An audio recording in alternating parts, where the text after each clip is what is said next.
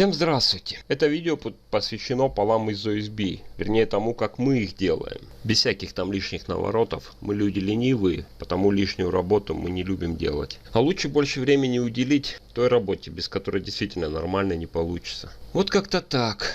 Инструментов таких особых нет. В чем фишка или преимущество этих полов, я рассказывал вам в прошлом ролике. Если вам интересно, можете нажать на эту кнопочку в правом верхнем углу. Ну что, приступим. Для понимания, что мы хотим сделать, я выложил пол, можно сказать так, в разрезе. Но чтобы подойти к этому этапу работ, пришлось переделать очень много всякой разнообразной работы, которую я опишу в подробностях. Кому интересно, смотрим. Первым делом нам надо комнату отбить по уровню, то есть поставить отметки по всем углам комнаты с помощью гидроуровня и прорисовать малярным шнуром. Если вам интересно, как мы это сделали, то жмем в правом верхнем углу подсказочку. Поэтому, если вы захотите сделать самостоятельно полы, советую ознакомиться с этим материалом. Он вам пригодится.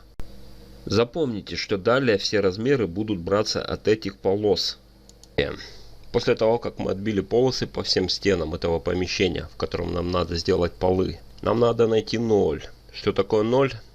Да все просто, это размер высоты, по которым нам надо равняться. У нас здесь 0, это пол в соседней комнате. Вот по нему мы и будем равняться. Да, и сразу хочу сказать, что прежде чем мы сделали этот пол, от которого мерились, мы проверили гидроуровнем весь дом, чтобы не упереться потом больше нигде. Чтобы получились полы по всему дому в уровень, на что надо обратить внимание. Это на фундамент дома, на трубы отопления и на канализационные трубы. Это как бы 3 часто встречающихся проблем. О, ну типа такого.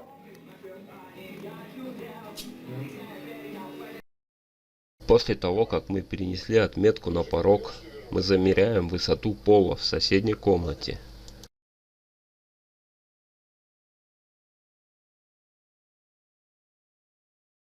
Как видите, у нас 0,116,5. Записываем. Так как мы знаем высоту и конструкцию пола, начинаем к нашему размеру прибавлять толщину подложки, толщину OSB,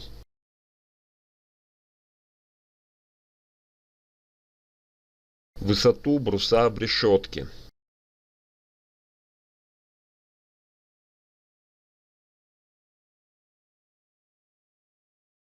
высоту самой лаги.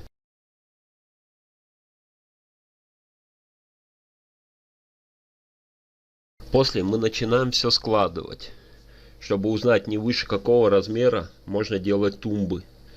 Тут я ошибся, видать, из-за камеры был невнимателен. Хорошо, что потом перепроверился, а так могли бы дело наделать. После повторного вычисления получилось 141 сантиметр. Вот высота тумб не должна быть меньше этого значения. Чтобы получился запас, как говорится, на всякий пожарный. Вдруг там брус будет толще, либо лага, либо вообще с тумбой будет что-то не так. Мы стараемся дать сантиметра 3 на запас. То есть делаем высоту от нашей линии не 141 сантиметр, а минимум 144. Если тумба будет 141 сантиметр, уже не факт, что пол будет на одном уровне с тем полом. Про другие размеры вообще не стоит говорить. Надеюсь, вы поняли нашу стратегию измерения установки тумб. Также это касается и лаг. Кстати, именно на этом месте вообще до тумбы было 151 сантиметр. Но это нормально, пусть лучше тумба будет ниже, чем выше. Лучше подкладывать, а не подрубать. Далее мы начинаем записывать наши вычисления, чтобы больше этим не заниматься. После отнимаем от 141 высоту лаги, то есть 15 сантиметров. Я пошел таким путем, хотя можно было прибавить к 116,5 толщину подложки, OSB, бруса, но мне так удобней.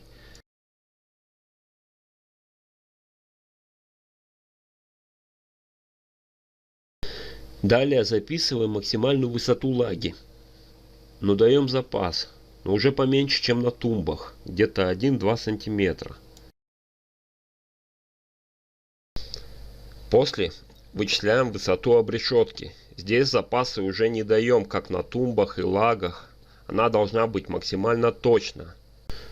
Вот на этом наши вычисления почти заканчиваются. Остается только высчитать, где можно пробить отверстие под вентиляцию.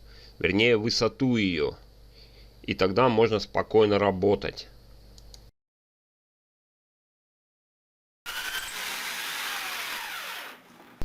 Теперь, когда мы знаем, где у нас 0, мы можем спокойно пробивать отверстия под вентиляцию, не боясь, что мы вылезем выше пола. В нашем случае отверстие не должно быть выше 119 сантиметров.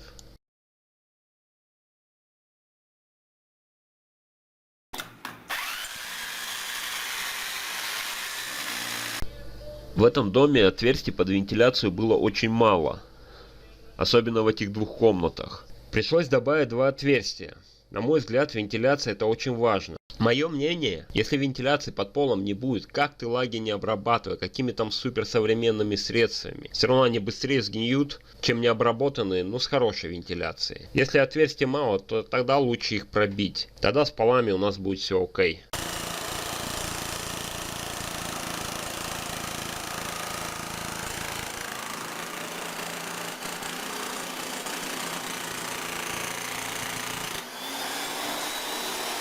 Вот я зарисовал схему нашей вентиляции, вернее такой, какая она была. Она очень плохо работала, так как в углах полы сгнили и провалились. Справедливости ради скажу, в принципе эти полы простояли 60 лет, что конечно немало.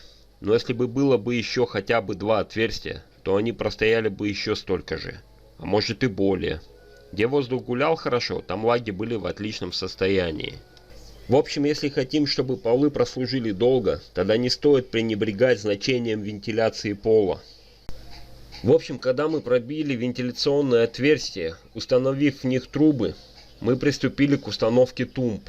Для этого мы использовали бетониты, они очень подходили нам по размерам. Но прежде постарались избавиться по максимуму от насыпного грунта, так как на него тумбы нельзя ставить из-за его усадки. Но основную часть его вынесли на улицу. После подготавливаем место под тумбу. Делаем, так сказать, посадочную площадку. Выравниваем, почищаем это место лопатой.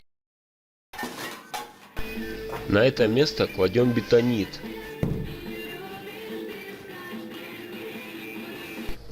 Потом замеряем размер. Как я уже и говорил, размер до линии делаем запасом. Если тумба выше заданного размера, тогда опять снимаем грунт, пока бетонит не опустится до нужной нам высоты. После того, как мы подогнали размер тумбы, подсыпаем немного грунта, чтобы засыпать неровности. Опять кладем бетонит и снова проверяемся. Как я говорил ранее, тумба пусть будет ниже, чем выше. Лучше будет больше запаса. У нас тут было вообще 151. Если же все в порядке, берем что-нибудь тяжелое и хорошо трамбуем его, для того, чтобы бетонит не шатался и не давал усадку. Так поступить мы должны со всеми бетонитами, которые у стены под линией.